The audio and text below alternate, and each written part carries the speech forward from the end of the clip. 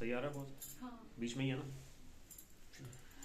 देखिए, जो हमारा सबसे पॉपुलर प्लान है, LIC की जो स्थापना हुई थी 1 सितंबर 1956 को हुई थी। वो आप लिख लीजिए एक बार, याद भी रहेगा आपको। LIC की जो स्थापना हुई है वो 1 सितंबर 1956 से हुई है। और प्लान का नाम जो सबसे पॉपुलर है, जो तभी से चला आ रहा है, नंबर चेंज हो जाते हैं, उसके फीचर चेंज हो जाते हैं, इंक्रीज करके नंबर चेंज होते रहते हैं इनके। मैंने पिछली क्लास में इनको बताया था। हाँ। तो एंडोमेंट प्लान बोलते हैं इसको। Endowment, ENDOWMENT, endowment plan. और इसको यूं कहो जैसे कि मतलब जो सब चीज़ों में मिल जाए ना, सारी प्रॉब्लम्स को जो सॉल्व कर दे, इस तरह का प्लान है ये। और इसकी जो सेल है लगभग 90% सेल है। हमारे पास रनिंग 19 प्रोडक्ट हैं आज की डेट में। 5-6 प्लान और आ रहे हैं, अभी 1-2 दिन में आ जाएंगे। लेकिन ये जब सबसे ज्यादा रनिंग में है, सबसे ज़्यादा पॉपुलर है क्योंकि ये सारी प्रॉब्लम्स को लगभग सॉल्व करता है। अच्छा। लेकिन सुकन्या समृद्धि पे काम नहीं करता ये, उसके लिए अलग है, वो अलग बताएंगे।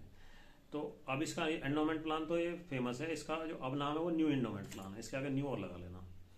और इसका जो प्लान नंबर है, प्लान नंबर नोट कर लीजिए आप, 714 नंबर है। इसके जो पुराने नंबर है, ओल्ड नंबर लिख लीजिए आप ब्रैकेट में, ओल्ड नंबर्स। ओल्ड नंबर इसका 914, 814 और ओनली 14, 9, 14, 8, 14 और ओनली 14 नंबर। ये 14 नंबर सबसे ओल्ड नंबर है, ओल्ड लिख के उसका ओल्ड टेबल नंबर, ब्रैकेट बंद। टेबल नंबर बोलते हैं इनको हम। अच्छा। तो अब हमें याद रखना है वो 714। और सबसे पहले हमें जब दिखाएंगे ना प्लान प्रेजेंटेशन में, मोबाइल में निकालेंगे, सबसे पहला इसी का नाम आएगा, फर्स्ट नंबर, वेरी फर्स्ट।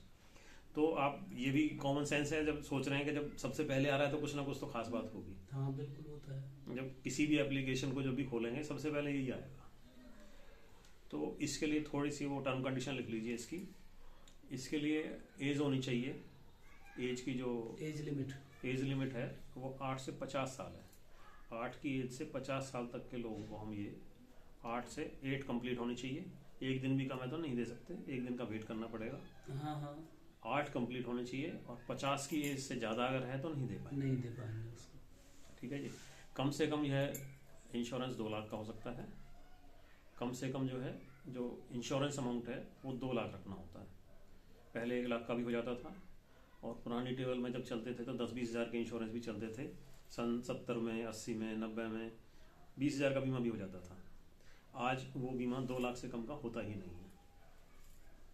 ये चीज़ क्या है, वैसे तो ये एप्लीकेशन अपने आप बताएगी सब कुछ, लेकिन हम किसी चीज़ को बार बार रिपीट करेंगे, बार बार पढ़ेंगे, देखेंगे, लिखेंगे तो माइंड में आ जाता है बिल्कुल वो क्लियरली। क्योंकि अब मोबाइल का जमाना, पहले मोबाइल भी नहीं होते थे। 2013 तक किताबों से काम चलता था, एप्लीकेशंस नहीं हुआ करती थी। 1 जनवरी 14 को प्लान चेंज हुए थे।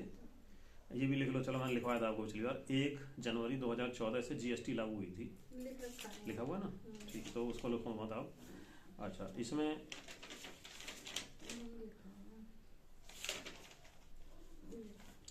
ठीक है ना?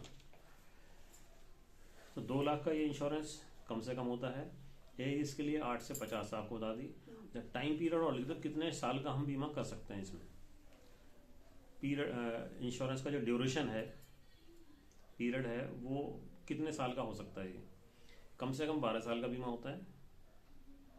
कम से कम 12 साल का, 12 ईयर्स का। और मैक्सिमम 35 ईयर्स का। मैक्सिमम तिमाही, हाँ वो सब चीज़ सारे बीमा में उपलब्ध है। वो किस्त आप तिमाही, छमाही, सालाना लिख लीजिए आप। तिमाही, छमाही, सालाना दे सकते हैं। कोई ऑटो डिडक्शन कराना चाहे तो मंथली भी हो जाएगा। हाँ मंथली के लिए खुद देना प्रोवाइड नहीं है। मंथली तब होगी जब वो डिडक्शन चाहेगा बैंक से हो। अच्छा। खुद देने के लिए अलाउड नहीं है। खुद देना है तो तिमाही, छमाही या सालाना दे सकते हैं। तिमाही वाली को इंग्लिश में क्वार्टरली बोलते हैं। हाँ, वो नोट कर लेना, बार बार फिर दोबारा नहीं लिखवाया जाएगा। तो क्वार्टरली स्पेलिंग लिख लेंगे ना? हाँ। तिमाही की क्वार्टरली स्पेलिंग है, छमाही के लिए हाफ ईयरली है, और साल के लिए सालाना के लिए ईयरली है। और इनके शॉर्ट फॉर्म भी लिख लीजिए। क्वार्टरली को QLY लिखते हैं हम। क्वार्टरली को शॉर्ट में QLY, हाफ ईयरली को HLY क्योंकि इसमें मोबाइल में शॉर्ट में लिखा आएगा क्यों? तो कंफ्यूजन ना हो। QLY QLY क्वार्टरली है 3 महीने वाली, उसी के नीचे डाल देंगे। हाफ ईयरली HLY है 6 महीने वाली HLY, और ईयरली के लिए YLY है। YLY मंथली को MLY लिखते हैं। अगर मंथली किसी को अपने अकाउंट से डिडक्शन कराना है तो वो MLY यूज होता है उसमें, मंथली का MLY, ठीक है जी। और मंथली वाली का जो ऑफिशियल नाम है, मंथली का ऑफिशियल जो नेम जो ऑटो डिडक्शन रखवाना चाहते हैं उसको ENACH बोलते हैं, E एलिफेंट वाला और NACH। इसका मतलब है कि ऑटो डिडक्शन पहली बार 3 महीने की पेमेंट देनी होती है, ये भी लिख लेना। ये नहीं है कि हमें एक दिन महीने की देने से स्टार्ट हो जाएगा। इसका मंथली का official name auto ENACH, ENACH, ENACH, ये कैपिटल में लिखना। और ये ऑटो डिडक्शन के लिए होता है और 3 महीने की पेमेंट फिर भी फर्स्ट टाइम देनी जरूरी है। चौथे महीने से हर महीने की मंथली कट सकती है।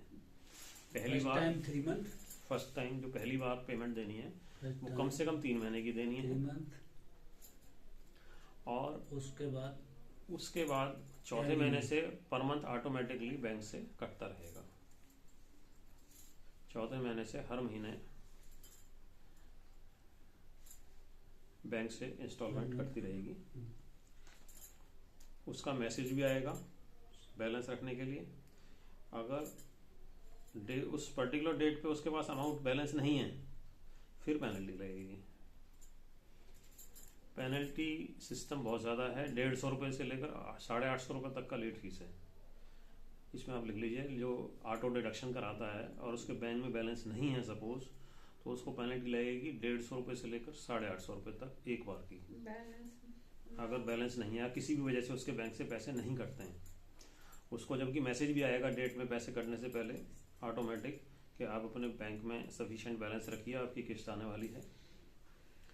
और उसके बावजूद भी वो उसके बैंक में बैलेंस नहीं है तो पेनल्टी सिस्टम बता दिया मैंने। और इंश्योरेंस का जो बेनिफिट है, जब तक वो किस्त नहीं भरेगा तब तक उसका बेनिफिट नहीं रहेगा। नहीं रहेगा का मतलब कोई भगवान ना करे कोई मिसहैपनिंग हो गई उसकी तो क्लेम नहीं मिलने वाला। ठीक है जी, तो लिख लिया आपने। उसका इंश्योरेंस रिस्कवर बंद हो जाएगा बैलेंस ना कटने की स्थिति में, पेनल्टी तो लगेगी लगेगी।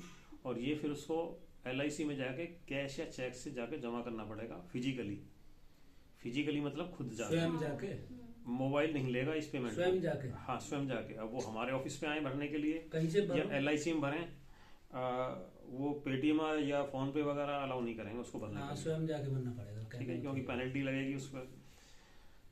ये ऑटो वाले पर सिस्टम है, ऑटो डिडक्शन वाले पे, जो मैंने NACH वाला बताया ना, ENACH वाला जिसमें मंथली पेमेंट करना चाह रहा है, ये उस पर लागू होता है।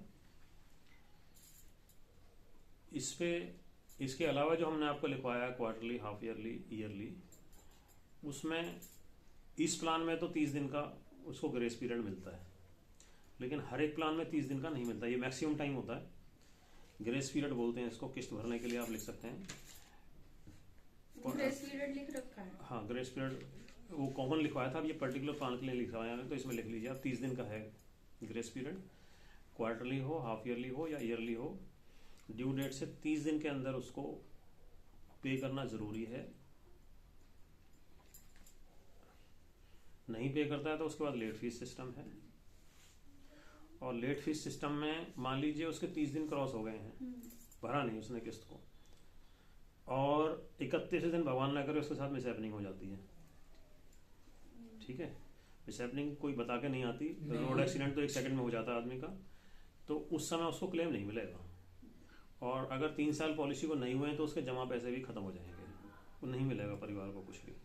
3 साल तक भरने जरूरी है। 3 साल भरने जरूरी होते हैं। अगर 3 साल क्रॉस कर गए और उसके बाद वो लेट कर रहा है तो पैसे उसके सेव हो जाएंगे। मान लीजिए 1-2 किस्त गई है, 1 साल गई और मिसहैपनिंग तो कभी भी 1 साल बाद हो जाए तो लेट पीरियड में हो रही है तो किस्त नहीं भरी हुई है। अच्छा, लेट पीरियड में की बात है। लेकिन अगर टाइम टू टाइम जा रही है तो फिर कोई दिक्कत क्लेम मिलेगा ही मिलेगा, चाहे एक ही किस्त उसने भरी है अभी, चाहे मान लीजिए तिमाही भरी है। ये चीज 28 दिसंबर को एग्जाम्पल लिख लो एक, सपोज आज क्या तारीख है, अब मंडे को आप 11 तारीख है, मंडे को 13 तारीख को स्टार्ट करेंगे आप सपोज एक इंश्योरेंस। हाँ, लिख लीजिए आप 13 जनवरी 2025 को आपने सपोज एक इंश्योरेंस स्टार्ट किया। और सालाना किस्त का बताऊं एग्जाम्पल या तिमाही किस्त का?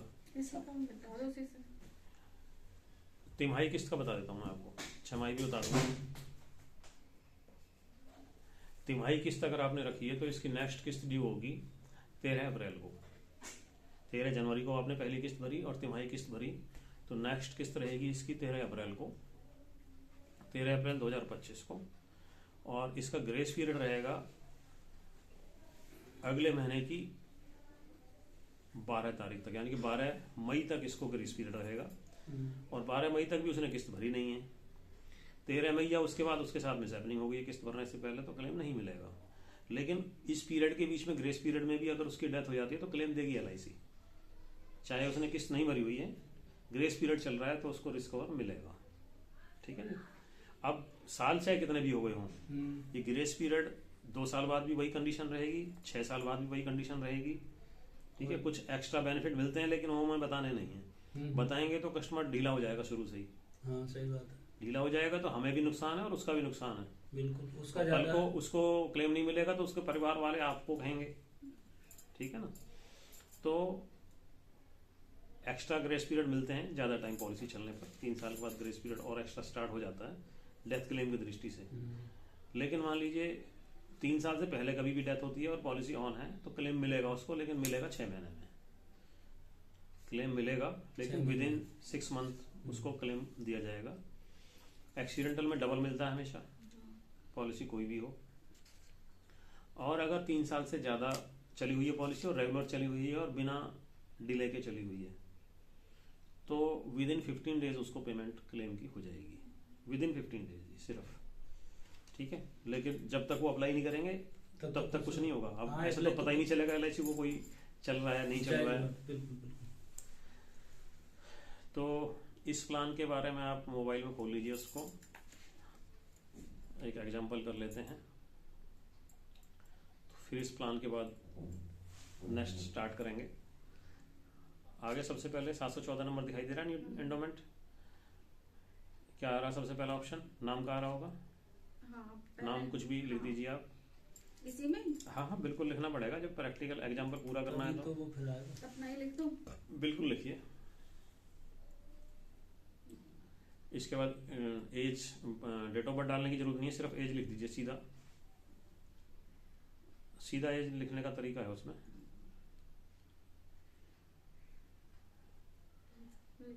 कितने लिखी है? 39। ठीक है, आगे चलिए, आगे क्या पूछ रहा है? Term, select term. हाँ आ गया ना, अपना 12 आ रहा है ना लिखा हुआ। हाँ। 12 से स्टार्ट है और 12 से 35 लिख रहा है ना इसमें। खाली 12 लिखा हुआ है। हाँ वो स्टार्टिंग लिख रहा है इसमें। आप देख लीजिए कितने साल का आप करना चाहते हैं, वो लिखिए आप, कोई भी टर्म लिखिए आप। 12 डाल दे, 12 लिख दो, लिख दिया। आगे समय शॉर्ट पूछ रहा होगा कितने का आपने बीमा करना है। हाँ, इसमें 2 लाख आ रहा है समय शॉर्ट। स्टार्टिंग 2 लाख है तो अपने आप आ गया ना, देखो लिखा हुआ। हाँ।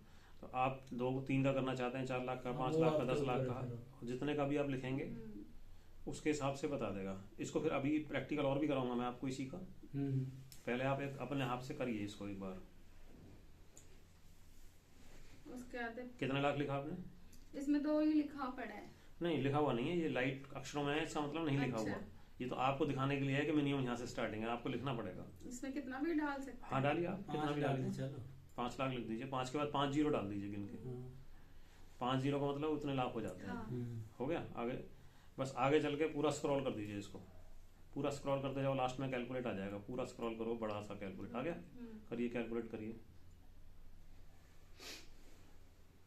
समय short 5 lakh, term 12 years, premium payment 12 साल। उसके बाद है accidental death and disable cover 5 lakh रुपए। और ईयरली प्रीमियम है फर्स्ट ईयर देना 47,298 रुपए। और ये इसमें प्लस करके भी दे रहेगा 45,261 प्लस में 2,037। हाँ GST लगी होगी ना जी उसमें। सबसिक्वेंस ईयर, सब्सिक्वेंट मतलब हो गया नेक्स्ट ईयर से क्या रहेगा। 46,279 रुपए। फर्स्ट ईयर से कम है ना। हाँ। फर्स्ट ईयर का GST 4.5% होता है, 4.5% मैंने आपको बताया था। नेक्स्ट ईयर से वो GST हो जाती है 2.25%। ठीक है, तो आगे चल के देखिए क्या और क्या बता रहा है, पढ़ते जाइए, आपको इससे नॉलेज ही आएगी। ये ईयरली है, ईयरली दे रखा है ये, आगे आएगा, आप हाँ। पढ़ते जाइए। उसके बाद शो फुल प्रीमियम चार्ट और शो डेट बैक ऑप्शंस। हाँ जी। उसके बाद है योर पे 5,56,367 रुपए, ये मिलेंगे पैसे। अच्छा। नहीं, ये डिपॉजिट होंगे क्या है, यू पे टोटल प्रीमियम। हाँ यू पे, मतलब आपकी तरफ से कितना पैसा जाएगा। हाँ, और यू गेट टोटल बेनिफिट है 7,10,000 रुपए, ठीक है जी, जो मिलेगा। हाँ जी, हाँ जी। जमा कितना होगा वो भी उसने बता दिया, हाँ। क्या मिलेगा वो भी उसने बताया। आगे दिखा के पढ़िए। सम एश्योर्ड था 5 लाख, बोनस प्लस करके 2,10,000 रुपए हो गया। हाँ जी। और उसके बाद फाइनल एडिशनल बोनस 0। ठीक है। उसके बाद एक्सेप्टेड मैच्योरिटी अमाउंट है 7,10,000 रुपए, ठीक है। 12 साल बाद। हाँ जी, हाँ जी। टोटल प्रीमियम पेड है 5,56,367 रुपए। ठीक। उसके बेनिफिट पैटर्न दे रखा है, उसका चार्ट बना के। ठीक है, आगे बताइए, आगे क्या है। उसके बाद टोटल प्रीमियम पेड इतना जो पहले बताया हुआ आगे है। चलो, आगे आगे। और टोटल रिटर्न्स और टैक्स का वो दिखा रखा है। और आगे चलो। उसके बाद है how the plan work. Miss Aarti page an annual premium इतना 12 साल तक इतने दिए हैं। उसके बाद मैच्योरिटी अमाउंट है sum assured plus bonus plus FAB is paid at the end of the policy term of 12 years। ठीक। उसके बाद accepted maturity amount as per the current bonus rate comes to ₹7,10,000। Normal insurance coverage and accidental insurance coverage is available during the term of the policy. Loan and surrender facility is available after 1 year and at least 1 full year premium payments. आगे table लिखी हुई है इसमें। हाँ। देखो पहला column है payment का, पेमेंट देने वाले का, कितनी पेमेंट आप दे रहे हैं। 12 साल दिखा रखा होगा उतना किस जो जा रही है। हाँ, ईयरली दिखा रखी है, वैसे पेमेंट हम कैसा भी कर सकते हैं, quarterly, half yearly. Second column है नेचुरल डेथ का, नेचुरल कवरेज लिख रहा होगा। सेकंड कॉलम आगे नहीं सर का नाम, इसमें 4-5 कॉलम बने हुए हैं, उनको आप पढ़िए एक बार। फर्स्ट कॉलम तो किस्त का होगा, प्रीमियम का। Normal coverage, accidental coverage, loan value. Normal coverage को देखिए, आप शुरू से देखना शुरू करिए। 5 लाख से स्टार्ट होगा ये। 5 लाख। और उसके बाद ये हर साल बढ़ रहा है। देखिए बताइए कितना होता जा रहा है। 5 साल बाद कितना है अप्रोक्सीमेट बताना। 45 साल उसमें हो गए 6,22,500। मतलब अगर 5 साल बाद भगवान ना करे उसके साथ में हैपनिंग होती तो 5 लाख नहीं 6,22,000 रुपये मिलेगा। अगर एक्सीडेंटल होती तो उसके सामने वाला कॉलम एक्सीडेंटल का अगला कॉलम, उसमें देखना उसमें कितना दिखाया हुआ है उसमें इसका डबल ही दे रखा है, 10,17,500। 17,500। तो इससे क्लियर हो रहा है ना, हर साल बढ़ रहा है ना ये। इंश्योरेंस अमाउंट इसलिए बढ़ रहा है क्योंकि हम हर साल किस्त भी भर रहे हैं। पहले साल तो 5 लाख ही था नेचुरल और 10 लाख एक्सीडेंटल था, लेकिन ये हर साल जैसे जैसे किस्त चलती चली जा रही है, देते चले जा रहे हैं, ये इंक्रीज होता चला जा रहा है। लास्ट में अमाउंट आखिरी लाइन में कितना लिख रहा है, जितना आपने पहले बताया। नॉर्मल में तो है 7,10,000 और एक्सीडेंटल उसमें कवरेज है 12,10,000। और लास्ट में कितना दिखा रहे हैं, कितना पेमेंट मिलेगी मैच्योरिटी कुछ भी ना हो तो। टोटल 7,10। ठीक है, क्लियर हुआ ये सारा कुछ। चलो इसको मैं क्लोज करके नेक्स्ट देखते हैं।